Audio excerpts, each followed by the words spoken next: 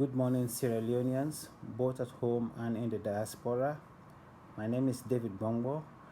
I am coming to you this morning to discuss a couple of issues that are affecting our people back home, especially Kono District and the people of Kono. My message is going firstly to His Excellency Julius Maada Bio, President of Sierra Leone. Mr. President, this is a message coming to you directly from the people of Kono. This is a message crying at your knee for you to turn your attention to Kono District and help the people of Kono. We know as Sierra Leoneans, we all come from homes. We come from small communities where we are very well known by people around us. But these communities need people to talk on their behalf. In that light, I am sending this message to you, Mr. President. Think of the people back in your own village. Think of the people in your community. The help they need comes from no one except those of you who stand in front of us as our leaders. This is what we are doing the same in Kono District. Our people in Kono have suffered a lot. Presently, they are being denied the fundamental human rights, the right to drinking water, the right to domestic water that should help them survive has been taken away from them. Our people who lead us, our politicians, our members of parliament, our chiefs have not been able to see these problems and speak to it directly. We, the children of Kono, are bringing this problem directly to the stakeholders in Sierra Leone and particularly to you, Mr. President. This is not a fight. This is a voice speaking for the voiceless. This is a voice talking on behalf of an entire people that have been deprived of their fundamental human rights.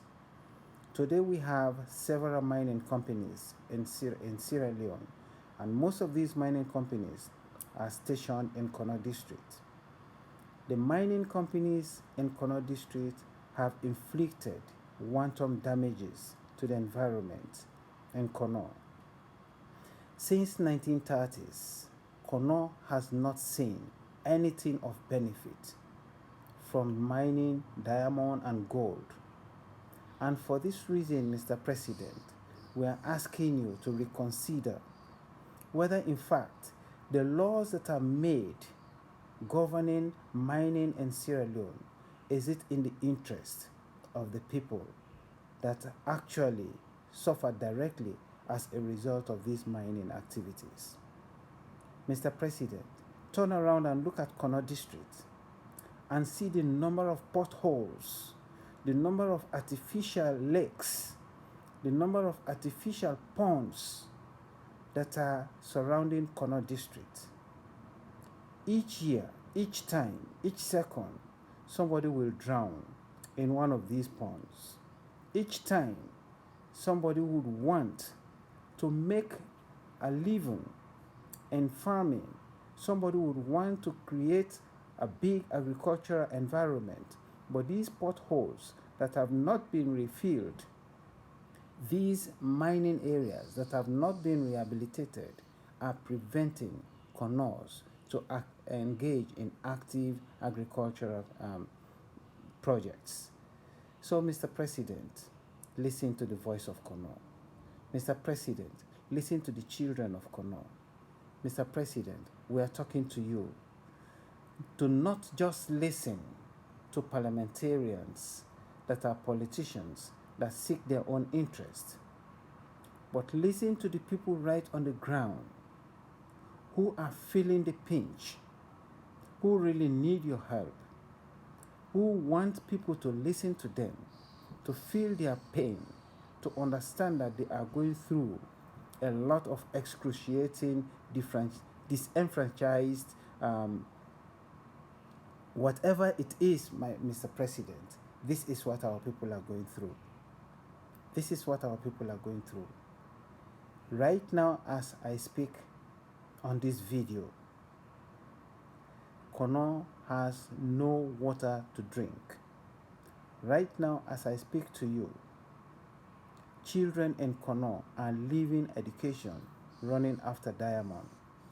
Right now, as I speak on this video, there are people, pedophiles, who are running after kids. People from all over the world are in Kono district today. We have programs in Sierra Leone protecting the girl child, but these programs are not covering some of these children who are not being accounted for. Mr. President, let's look at Sierra Leone, let's look at Kono district and help Kono people. Now I'm bringing this message to our Kono authorities. Yes, Honorable Emerson Salamina, I heard you speak when the U.S. ambassador visited Kono. Yes, you said the government protects the right of the investors. The government also protects the right of the community people. That is very correct. You also said that there are percentages of the proceeds of diamond that comes back to the community. If I'm correct, you talked about 10% going to the chiefs, 10% going to the politicians, and another 10% allocated to some other place. But what I want to ask Mr. Lamina, how much of that 10% has created an impact on the lives of Kono district, people in Kono? How much of that 10% going to paramount chiefs has been reflected in the communities around them, in their chiefdoms? How much of the 10% given to politicians is going back to the people? If I may ask, what is that 10% meant to be used for? The various 10% that you talked about. You said 70% of the proceeds is now going back to the community. Where is the reflection of that 70% in Kono district? Mr. Honorable and other members of parliament, being in that position is to be very responsible. We want you to reflect and think when you were a mayor in Kono district, in Kwedu town. Reflect what was going on in your mind that made you stood against the mining companies until you met the demise that was meted out on you by the then government. What was going on in your mind when you stood very firm talking on behalf of Kono district? But today, you are completely on the opposite side. Mr. Emerson Lamina, please reflect. Kono is your home. Kono is where you will end up sitting amongst the people that you're representing now. Power is not meant forever. It's not a super special gift. Power ends. It is not an infinite endowment. And I want you to understand that. And to all the other members of parliament, power is a limited commodity. It does not last forever.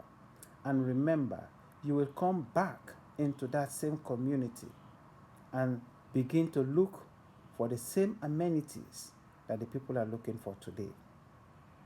To our paramount chiefs, I know you don't have the political power. I know you are protecting your people.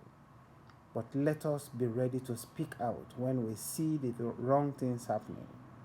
Let us not be afraid to speak truth to power. You are there to represent your people. When they suffer, you need to see that. When they cry, You need to see that. When they ask you to stand for them, do not be afraid to speak truth to power. You are not fighting. You are not challenging anybody. You are not disrespecting anybody. But speak out. You are kings. You are the highest authorities on the land. You are the custodians of the land. Protect this land as you would do for your own direct families. The children of Kono need your help. And we, the children of Kono, in the diaspora and at home, we are all fighting to protect the interests of Kono in our diverse ways. But let me send this message. The division amongst us is too much. The division amongst us, the misunderstanding amongst us, the misconception amongst us is very outstanding. Let us stand united. Let us stand with one voice. Let us speak to the nation that we, the children of Kono, are ready to come together and protect the interest of Kono.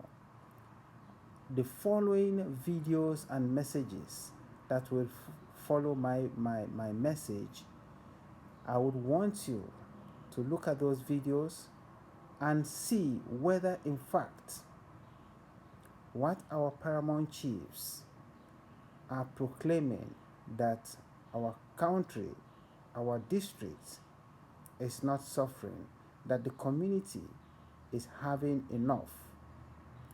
Let's see whether that is true or not. Again, my name is David Bongbo. Please follow the presentation and see whether what we deserve is what we are getting. I want to thank you.